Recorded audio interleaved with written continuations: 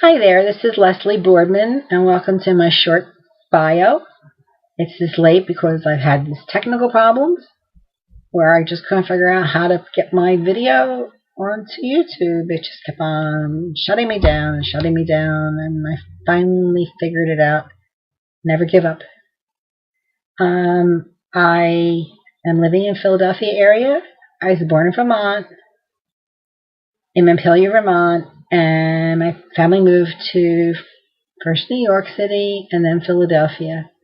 And I went from being the smartest kid in my class in New York to feeling very dumb when I got to Philadelphia because all the kids in my class knew more than me. And so I had to catch up. And I didn't like that feeling. So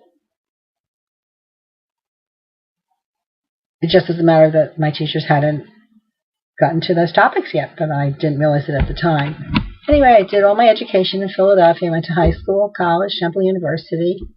I have a degree in education, math education, and my career was spent as a teacher of math in the middle school area, which is teaching, it's really walking hormones on Reeboks is how I call it, because kids were all about their hormones.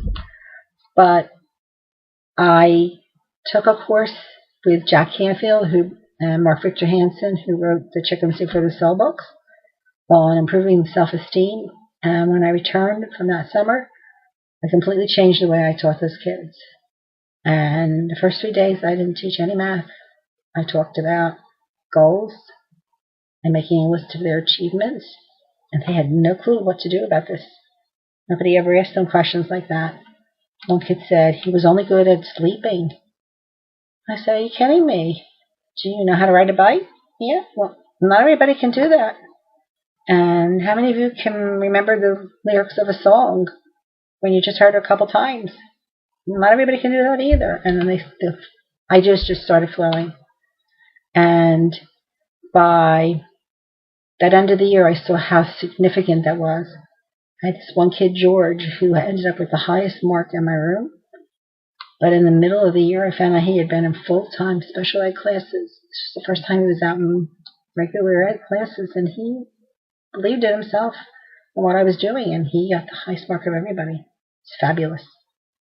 So then after I stopped teaching, as I retired, I went, well, what am I going to do with the rest of my life?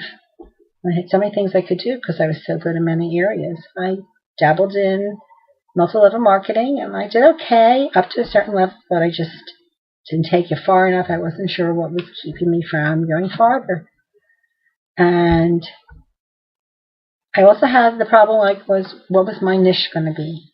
Because I could have approached it in a lot of different ways. But then something happened to me that pushed me into one direction, because I'm a cancer survivor, and my really pretty gray curls was from my cancer chemo. So I decided to get through that by being very, very positive, and I created a whole series on how to help other people be positive. And some of those people who are going through health issues are going to need to make money at home while they're staying home and dealing with their recuperation. So I can help those people too.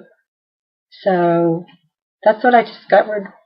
Really, I lived the dream for by talking to people at the VIP party.